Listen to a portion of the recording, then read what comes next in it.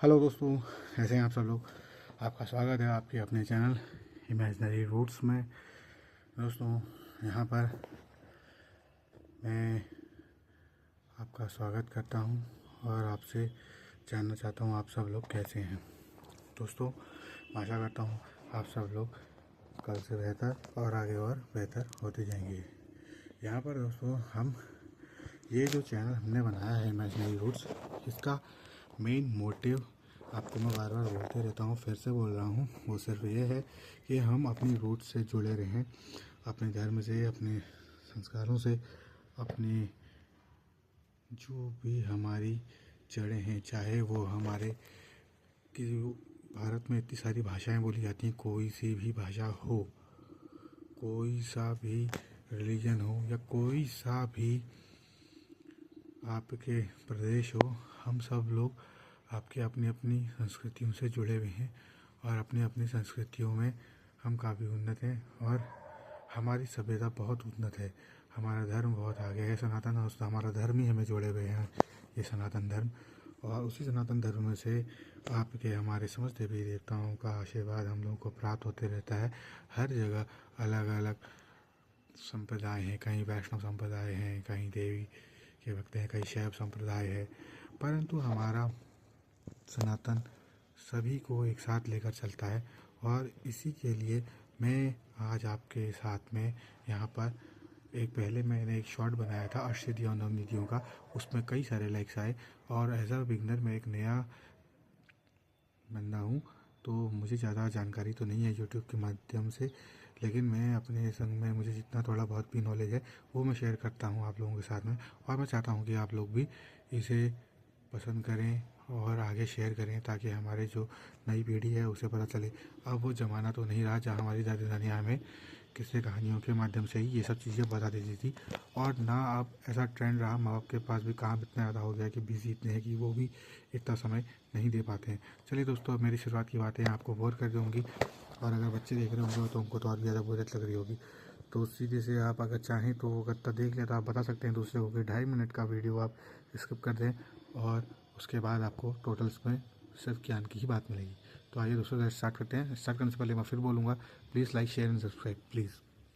आइए दोस्तों, तो हम जब अपनी अष्टसिद्धियों की बात करते हैं तो दोस्तों हमारी अष्टसिद्धियों में हमारी जो पहली सिद्धि आती है ये आपके है अणिमा सिद्धि।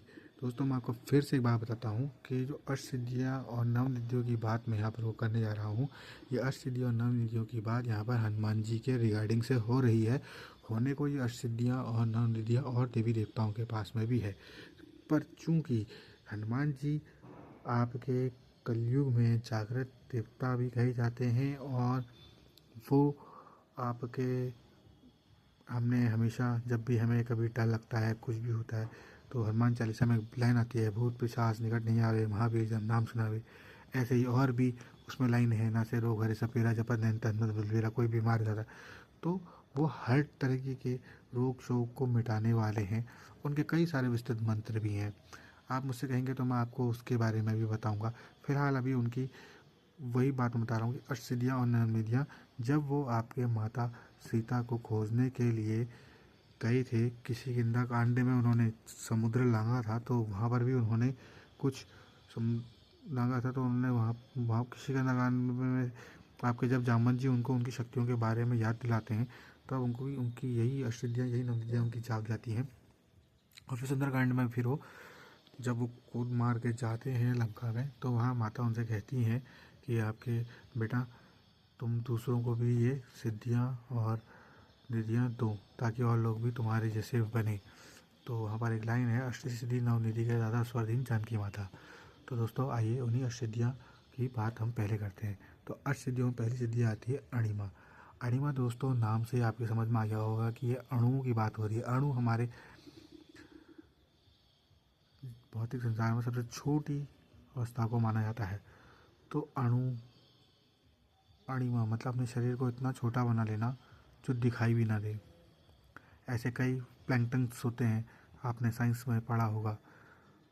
तो ऐसे छोटे जीव इतने छोटे, इससे भी छोटे बन जाते हैं आपके। और कई मार्वल्स मूवीज़ में भी आपके ऐसे कैरेक्टर्स हैं, अगर आप देखते होंगे तो अपने शरीर को छोटा बना लेना, यह है अणिमा सिद्धि की शक्ति, ये खासियत है उसकी। उसके बाद आती है आपके महिमा। महिमा शक्ति में है आपके अपने शरीर को इतना बड़ा, इतना विकराल रूप बना लेना जिसका आपके कोई पार ना हो।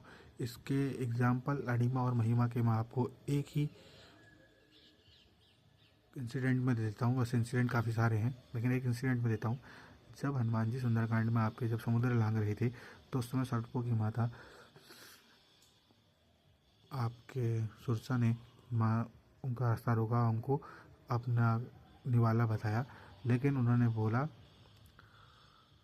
कि तुम मेरे पेट में जाओ। तो पहले तो हनुमान जी ने उनकी बराबरी करी, बड़े होते गए होते गए होते गए। वहाँ पर तो उन्होंने महिमा सिद्धि का यूज़ करा। उसके बाद जब वो उनका सारी नहीं रुक रहा था, तो उन्होंने कहा, वो तुरंत आपके उन्होंने अपनी अणिमा सिद्धि का प्रयोग करा, उनके पेट में जाके वापस आ गए। तो उन्होंने कहा, आपकी बुद्धि से मैं प्रसन्न हूँ, तुम श्री राम का काम जरूर पूरा करोगे। तो यहाँ पर उनकी 2 सिद्धियाँ प्रूव हुई, अणिमा और महिमा। अब दोस्तों हम आगे बढ़ते हैं। अब आती है यहाँ पर को लघिमा। लघिमा जो शक्ति है दोस्तों, इस शक्ति में आपके हनुमान जी ने अपने शरीर को, इस शक्ति में जो साधक होता है वो अपने शरीर को इतना हल्का बना लेता है जिसका कोई कंपैरिजन नहीं है। मतलब आप ये कहें कि अपने शरीर को रुई से भी हल्का बना लेना इस शक्ति में। इस शक्ति में जो साधक होता है वो अपने शरीर को रुई से भी हल्का बना लेता है।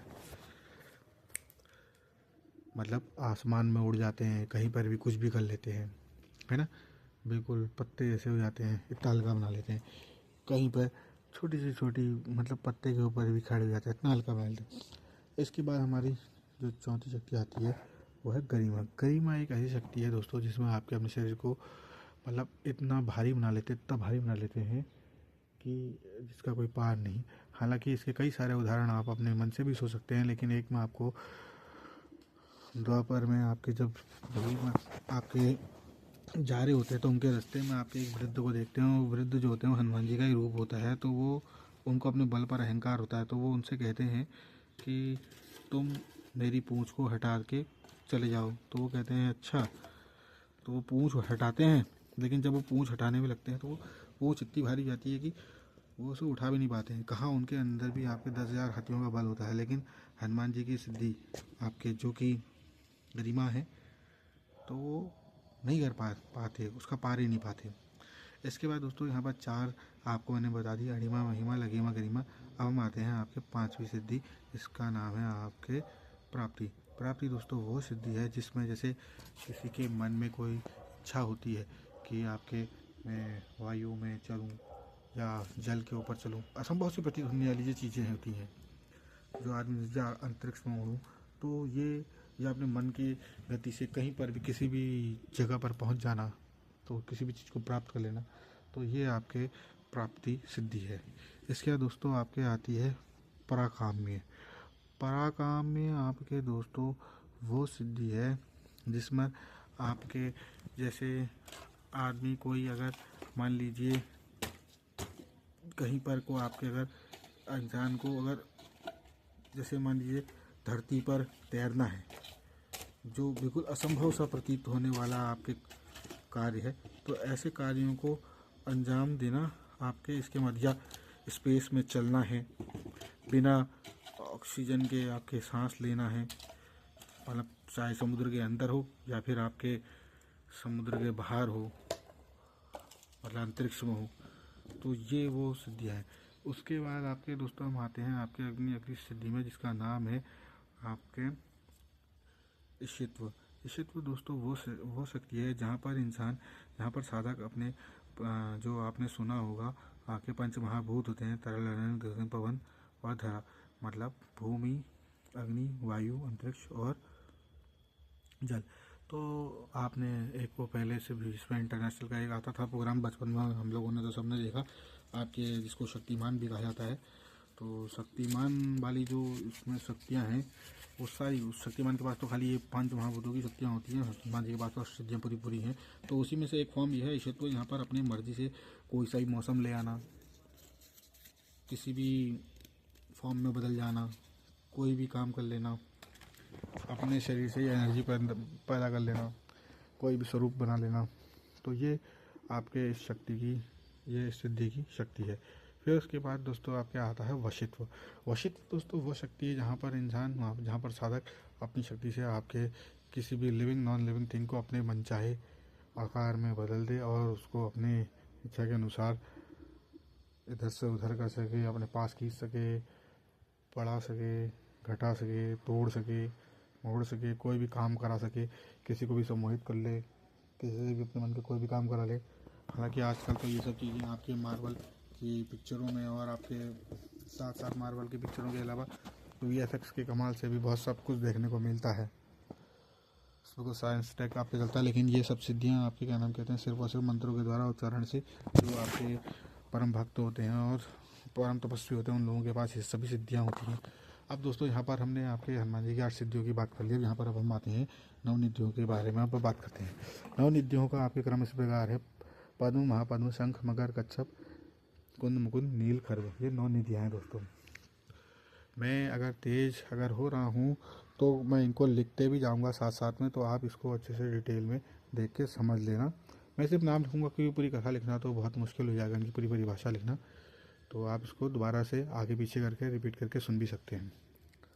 और अगर ज़्यादा तेज़ जाता हूँ तो दोस्तों आप मुझे कमेंट करके बोल दें, तो मैं उस हल्के हो लूँगा। या कोई बात अगर रिपीट करनी हो आप रिकॉर्ड भी कर सकते हैं, आप डाउनलोड भी कर सकते हैं, या आप मुझसे कमेंट में पूछ सकते हैं।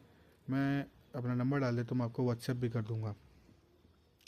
एनीवेज चलिए अब आपके यहाँ पर हम बात करते हैं पद्म निधि। पद्म निधि जो दोस्तों आपके जो निधि है, ये निधि आपके सात्विक और दयालुता दिखाती है। कहते हैं कि इस निधि के प्रभाव से साधक को कभी जीवन में कोई कमी नहीं होती, धर्मार्थ के रास्ते पर चलता है और पीढ़ियों तक सुखी रहता है। ये तो है दोस्तों पद्म निधि।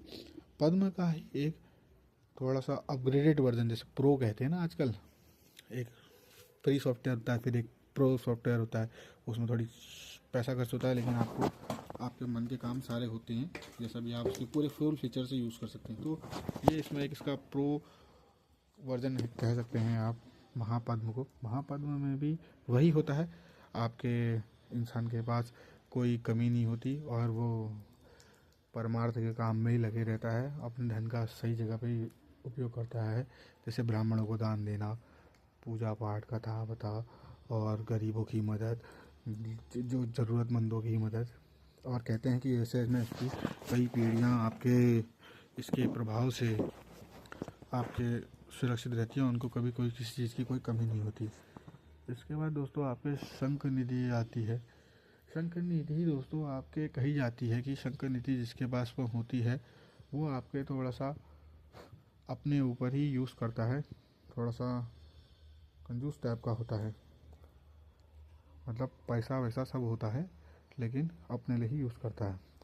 उसके बाद आती है दोस्तों मकर निधि। ये निधि जो है ये आपके राजा महाराजाओं के पास में होती है। इस निधि के माध्यम से उनके पास अस्त्र शस्त्रों की कमी नहीं रहती है। किसी भी बड़े राज्य, आजकल तो खैर अब लोकतंत्र हो गया, पहले से राजा होते थे तो राजा लोगों के पास में ये होता था कि वो अपने अस्त्र शस्त्रों का बेड़ा बना के रखते थे। आज तो हर देश के पास अपना अपना है, जैसे इस निधि को मकर निधि कहते हैं। अब आती है दोस्तों कच्छप निधि। कच्छप निधि जो निधि है, इस निधि के माध्यम से आपके, तो दोस्तों हम बात कर रहे थे आपके अपनी कच्छप निधि की। तो कच्छप निधि वाला दोस्तों वो शख्स होता है, वो साधक होता है जो अपनी शक्तियों का प्रयोग ना तो अपने लिए करता है ना दूसरों के लिए करता है। जैसे एक कछुआ अपने को समेट लेता है, खोल के अंदर कैद कर लेता है, वैसे ये एक पहरेदार जैसा होता है कच्छप, किसी भी शक्ति का या किसी भी चीज़ का खजाना भी हो सकता है, गुप्त सिद्धियाँ भी हो सकती हैं, उनका रक्षक भी कहा जा सकता है। उसके बाद आपके दोस्तों हमारी आती है कच्छप के बाद कुंद निधि। कुंद निधि दोस्तों वो निधि होती है जो अमूमन गृहस्थों की निधि भी कहा जा सकता है, क्योंकि इसका जो एक मध्यम वर्गीय परिवार जो जब जिनके पास धन की कमी होती है वो लोग अपनी बचत को बचा के रखते हैं और धीरे धीरे उसका ही आनंद लेते रहते हैं और हो सके तो उसे बढ़ाने की कोशिश करते हैं। ये होती है आपके कुंद निधि। फिर दोस्तों आती है आपके मुकुंद निधि। मुकुंद निधि दोस्तों राजसिक निधि कही जाती है। इसमें ज़्यादा आपके कला संगीत प्रेम के विषय में आपके ये है, मतलब जो लोग आपके इस टाइप की चीज़ों से कला से जुड़े होते हैं, चाहे वो संगीत हो, चाहे वो शिल्पकारी हो, चाहे वो कैसी भी कला हो, तो इसके जो साधक होते हैं उनके पास ये निधियाँ होती हैं। उसके बाद दोस्तों हमारे जो अगली निधि जो आती है वो आपके आती है नील निधि। नील निधि जो निधि है दोस्तों, ये वो निधि है जिसके माध्यम से व्यक्ति या वो साधक जिसके पास ये निधि है, वो व्यक्ति आपके सात्विक, राजसिक और तामसिक तीनों तरीके की क्वालिटी रखता हो। ये अपने आप में एक बहुत बड़ी निधि है और ये व्यापार के लिए यूज़ होती है। कहा जाता है इसका साधक जो होता है वो पैसे से पैसा या जो भी चीज़ है उसके पास उसको बढ़ाना जानता है।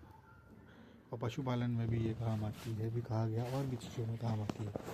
इसके बाद जो अंतिम जो निधि आती है दोस्तों, उसको बोलते हैं खर्व निधि।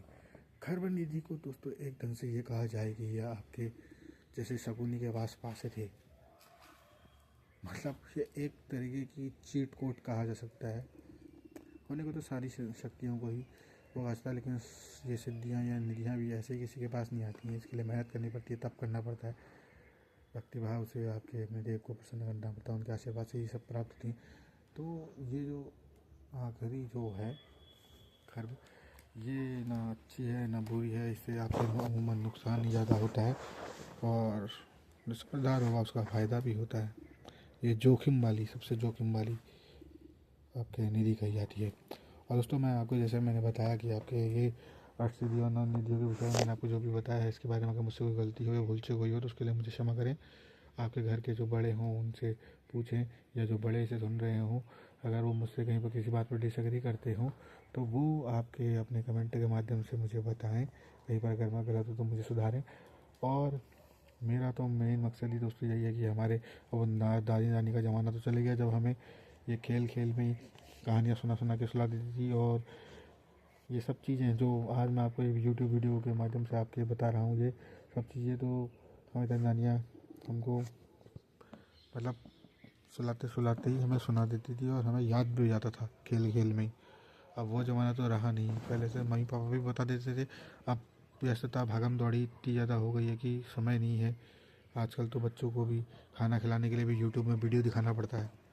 तो अब इतने छोटे बच्चे, तो मैंने इतना तो कुछ, मुझे भी एडिटिंग आई नहीं है, लेकिन फिर भी मैं कोशिश ये कर रहा हूँ कि इसको थोड़ा सा बढ़िया बनाऊँ ताकि छोटे बच्चों को भी ये पता चले, और कल को अगर वो किसी बाहरी व्यक्ति से अगर मिलते हैं तो वो कम से कम उन्हें अपमानित न महसूस होना पड़े या लज्जित न महसूस होना पड़े किसी के सामने। वो बता सके कि क्या है हमारा सनातन धर्म और क्या है हमारे देवी देवताओं की शक्तियाँ, रिद्धियाँ सिद्धियाँ, हमारे तपस्वियों की, हमारे ऋषि मुनियों की, जो उन्होंने संघर्ष करा है उसका क्या परिणाम है। और ज़्यादा जानकारी के लिए अगर आपको इसके बारे में जानना है तो वो आप आपके मार्कंडेय पुराण में और भी जगह में पढ़ सकते हैं। बाकी आपके ज़्यादा तो आपके हनुमान जी ही बता सकते हैं, क्योंकि उनको तो आशीर्वाद है माता सीता का, क्योंकि वही अष्टसिद्धि नौ निधि के दाता हैं। तो उनके आप पूजा करें। आज शनिवार का दिन है। भगवान हनुमान जी की आपकी आप सब पर कृपा हो। मैं यही आशा करता हूँ कि आप सब पर उनकी विशेष कृपा बने रहे और आप सब लोग मुझे सहयोग करें ताकि मेरा चैनल ग्रो हो, और मुझे लाइक और सब्सक्राइब करें और ज़्यादा से ज़्यादा शेयर करें ताकि हमारे और भाई बंधु जो और कोई जिज्ञासु हों उनको उनकी जिज्ञासा शांत हो और हमारी जो नई पीढ़ी है वो मजबूत बने और उनको इस बारे में जानकारी हो, अपने धर्म से रिलेटेड जानकारी हो, कहीं उनको अपमानित ना होना पड़े, कहीं लज्जित ना होना पड़े। और वो चार जनों के बीच में अपनी बात रख भी सकते हैं, कह भी सकते हैं, क्या तुम्हें पता है कौन सी अष्ट सिद्धियाँ हैं, कौन सी नव निधियाँ हैं। मैंने इमेजनरी रूट्स में देखा था। इमेजनरी रूट्स के अलावा भी आपके आप वैसे भी ये सब चीज़ें नॉर्मल हैं, ये आपको पता भी होनी चाहिए।